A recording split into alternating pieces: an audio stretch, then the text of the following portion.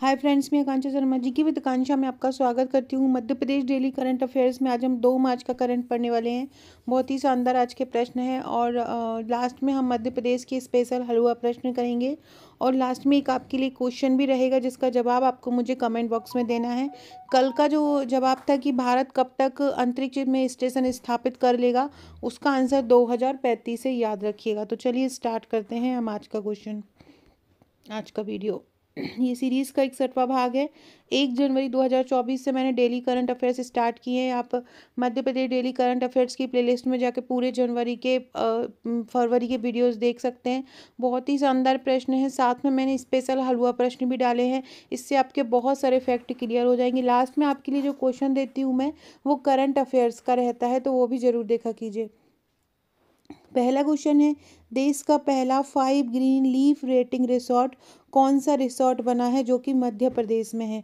5 green leaf rating resort दिया है और ये भारत का पहला है, हमारे मध्य प्रदेश में है, इसलिए ये इम्पोर्टेंट है।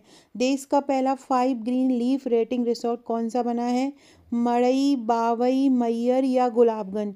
तो ये बना है मड़ई। कौन सा बना है, मड़ई।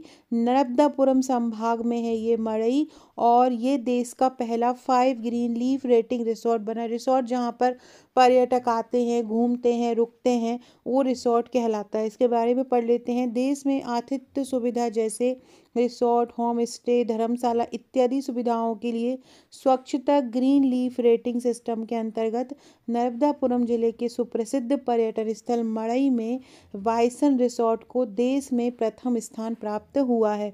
तो कौन सा है ये देश का पहला 5 ग्रीन लीफ रेटिंग रिसोर्ट, कौन सा बना है, मड़ई बना है। मड़ई कहाँ पर है, मड़ई होशंगाबाद में है, याद रखिए। होशंगाबाद का नया नाम क्या है, नर्मदापुरम संभाग है। नर्मदापुरम संभाग का गठन कब हुआ था, 27 अगस्त 2008 को नर्मदापुरम संभाग का गठन हो गया था। कब हुआ था, 27 अगस्त 2008 को। दूसरा क्वेश्चन है, देश के कितने प्रतिशत भाग पर देश की कितनी प्रतिशत जैविक खेती मध्य प्रदेश में की जाती है। मतलब मध्य प्रदेश में भारत की कितने प्रतिशत जैविक खेती होती है, 28%, 27%, 25% या 35%। तो इसका आंसर है 27%। भारत की 27% जैविक खेती मध्य प्रदेश में होती है। कितनी होती है, 27%। इसके बारे में पढ़ लेते हैं। तो देश की 27% जैविक खेती मध्य प्रदेश में होती है। भारत में कितने हेक्टेयर पर जैविक कृषि की जाती है, तो भारत में 140 मिलियन हेक्टेयर पर जैविक कृषि की जाती है। और जो अगर हिस्सा देखी जाए टोटल खेती में जैविक खेती का, तो 1.5% जैविक खेती का हिस्सा है टोटल भारत में। और कितने हेक्टेयर पर की जाती है, 140 मिलियन हेक्टेयर पर की जाती है। 2022-23 के आर्थिक सर्वेक्षण के अनुसार भारत में 4.4 मिलियन जैविक किसान हैं। कितने हैं, 4.4 मिलियन जैविक किसान हैं भारत में। और भारत का पहला जैविक राज्य कौन सा है, भारत का पहला जैविक राज्य सिक्किम है और दूसरा कौन सा है, दूसरा बिहार है। पूर्णतः जैविक राज्य है ये, विश्व का भी पहला है जो जहाँ पे पूरी तरह से ही जैविक खेती ही होती है। तो पहला जैविक राज्य कौन सा है, सिक्किम है और दूसरा कौन सा है, बिहार है।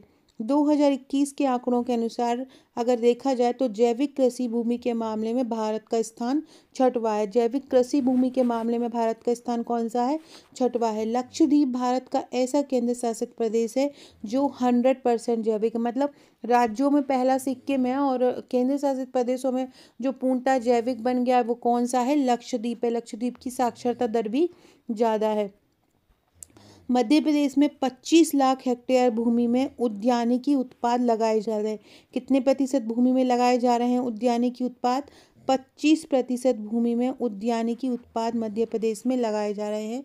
ये भी याद रखना, मध्य प्रदेश में 25 लाख हेक्टेयर भूमि में उद्यानिकी उत्पाद लगाए जा रहे हैं और मध्य प्रदेश में 15 फूड क्लस्टर भी बनाए गए हैं। ये भी याद रखिएगा, मध्य प्रदेश में कितने फूड क्लस्टर बनाए गए हैं, तो मध्य प्रदेश में 15 फूड क्लस्टर बनाए हैं और मध्य प्रदेश में 25 लाख हेक्टेयर भूमि में उद्यानिकी उत्पाद लिए जा रहे हैं। और लक्षद्वीप भारत का ऐसा केंद्र शासित प्रदेश है जो 100% जैविक है। ये सभी फैक्ट याद रखिएगा, बहुत इंपॉर्टेंट है। अगला क्वेश्चन देखते हैं। फ्रेंड, डिस्क्रिप्शन बॉक्स में आपको मेरे व्हाट्सएप, टेलीग्राम, फेसबुक, ट्विटर की लिंक मिल जाएगी, ज्वाइन कर लीजिएगा। इसके अलावा आप हमारे जनवरी 2024 और फरवरी 2024 की ई बुक भी 25 रुपये में परचेस कर सकते हैं। हर दिन का आपको इसमें करंट अफेयर्स मिलेगा, हर दिन के MCQ मिलेंगे। ये हमारे MPPSC प्रीलिम्स का पैकेज है।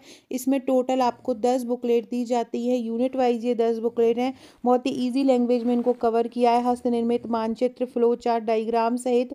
इसके साथ हम आपको एक व्हाट्सएप का ग्रुप प्रोवाइड कराते हैं जहाँ पर आपकी तैयारी कराई जाती है, महत्वपूर्ण क्वेश्चन दिए जाते हैं, महत्वपूर्ण अपडेट दिए जाते हैं और डेली करंट अफेयर्स की PDF दी जाती है। और भी बहुत सारे महत्वपूर्ण क्वेश्चन हैं जो ग्रुप के माध्यम से आपको कराए जाते हैं। एग्जाम तक बहुत शानदार तैयारी ग्रुप के द्वारा कराई जाती है। ये मेंस के नोट्स हैं जो अपडेट हो रहे हैं, ये महिला सुपरवाइज़र का नोट्स है। अगर आप महिलाएं हैं और जो वीडियो देख रही हो सुपरवाइज़र की तैयारी कर रही हैं तो बहुत ही शानदार महिला सुपरवाइज़र के नोट्स तैयार किए गए। इसमें टोटल आपको 7 बुकलेट दी जाती है।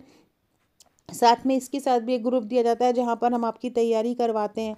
बहुत ही शानदार ये बुकलेट है हमारे MPPSC प्रीलिम्स हो चाहे सुपरवाइज़र हो, हैंड रिटन नोट्स हैं और बहुत ही इजी लैंग्वेज में इनको कवर किया। अगर आप लेना चाहते हैं तो इस नंबर पर मुझे व्हाट्सअप कर सकते हैं 6260190944 पर।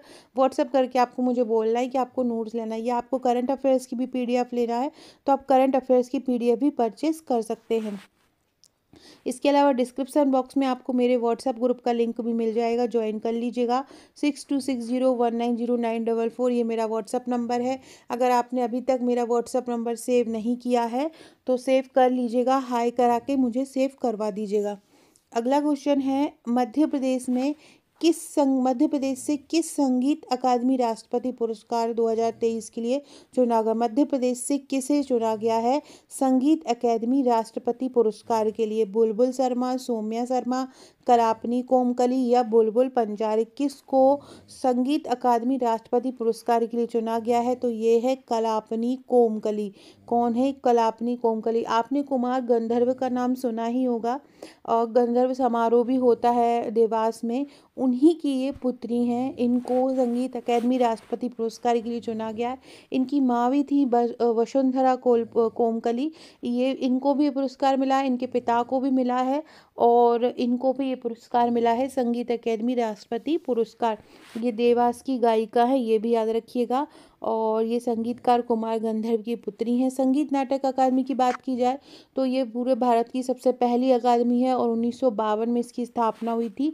इसमें पुरस्कार राशि 3 लाख रुपए दी जाती है।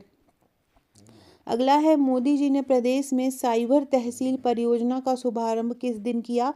25 जनवरी 24, 29 फरवरी 2024, 22 फरवरी 2024 या 23 फरवरी 2024? तो मोदी जी ने प्रदेश में साइबर तहसील परियोजना का शुभारंभ किया था 29 फरवरी 2024 को। किस उद्देश्य किया था तो बता देती हूँ। 29 फरवरी 2024 को विकसित भारत विकसित मध्य प्रदेश कार्यक्रम को संबोधित कर रहे थे मोदी जी और उसी दौरान उन्होंने इस परियोजना का शुभारंभ किया था, याद रखिएगा। अब हम चलते हैं हमारे चलते चलते हलवा प्रश्न पर। बहुत इंपॉर्टेंट ये क्वेश्चन है। पहला क्वेश्चन है, ये सीरीज का मैंने एक नंबर वाइज स्टार्ट कर दिए थे तो 83 क्वेश्चन हो गए थे हलवा प्रश्न के। 84 फ्रेंड्स, आप हमारे जनवरी के हलवा प्रश्न 10 रुपये में, फरवरी के हलवा प्रश्न 10 रुपये में परचेस कर सकते हैं। लगभग आपको 500 से 600 प्रश्न आपको एक साथ मिल जाएंगे 10 रुपये में और आप एक साथ वन लाइनर रिवीजन भी कर सकते हैं। पहला क्वेश्चन है, पावर मैनेजमेंट कंपनी का पश्चिमी क्षेत्र का मुख्यालय कहाँ पर है? तो पावर मैनेजमेंट कंपनी का जो पश्चिमी क्षेत्र का मुख्यालय है वो इंदौर में है। मध्य क्षेत्र का मुख्यालय कहाँ पर है? मध्य क्षेत्र विद्युत वितरण कंपनी भोपाल में है। पूर्वी क्षेत्र का मुख्यालय देखा जाए तो पूर्वी क्षेत्र का मुख्यालय आपसे पूछे तो जबलपुर में। तीनों याद रखना, पश्चिमी क्षेत्र का इंदौर में है, पूर्वी क्षेत्र का जबलपुर में है और मध्य क्षेत्र का भोपाल में है। निजी क्षेत्र की पहली जल विद्युत परियोजना कौन सी है? तो महेश्वर परियोजना जो कि नर्मदा नदी पर है, निजी क्षेत्र की पहली जल विद्युत परियोजना है। इसकी विद्युत उत्पादन क्षमता कितनी है? 450 मेगावाट है। किस तेल कंपनी ने 54 मेगावाट पवन ऊर्जा का प्रोजेक्ट गुजरात और मध्य प्रदेश के बीच लगाया है? तो ये है oil India limited. Oil India limited ने गुजरात और मध्य प्रदेश के बीच 54 मेगावाट पवन ऊर्जा का संयंत्र लगाया है। 2015 में एक इकाई 16 मेगावाट की गुजरात में और दूसरी 38 मेगावाट की मध्य प्रदेश में स्थापित की गई है। शाजापुर सोलर प्लांट की क्षमता कितनी है? शाजापुर सोलर प्लांट की क्षमता है 450 मेगावाट। कितनी है? 450 मेगावाट है। नीमच सोलर प्लांट की क्षमता कितनी है? नीमच की 550 है। याद रखना शाजापुर की कितनी है? शाजापुर में सोलर प्लांट है 450 मेगावाट है और नीमच में 550 मेगावाट है। भारत का पहला सोलर शहर कौन सा है? उड़ीसा का कोणार्क। और पहली सोलर सिटी कौन सी है? तो पहली सोलर सिटी है सांची, याद रखिएगा। अब ये आज का प्रश्न, कल का जो क्वेश्चन था अंतरिक्ष स्टेशन कब तक स्थापित होगा, कल का आंसर 2035 है। आज का देखते हैं, आज का आप लोग को कमेंट करके मुझे बताना है। उज्जैन में जो वैदिक घड़ी स्थापित की जा रही है उसकी ऊंचाई कितनी है? 80 फीट, 40 फीट, 50 फीट या 70 फीट? सभी लोग मुझे कमेंट करके ज़रूर बताइएगा कि उज्जैन में जो घड़ी बनाई जा रही है उसकी ऊंचाई कितनी है। सभी लोग कमेंट कीजिएगा, नहीं आए तो गूगल कीजिएगा ज़रूर, या फिर आपको आता है नहीं गूगल में मिल रहा है तो जो आपको लगे वो कीजिएगा। कल फिर मैं इसका आंसर बताऊंगी। वीडियो अच्छा लगे तो लाइक शेयर सब्सक्राइब जरूर कीजिएगा, शेयर कीजिएगा, व्हाट्सएप पर अपना नंबर सेव जरूर करा दीजिएगा। Okay friends, thank you.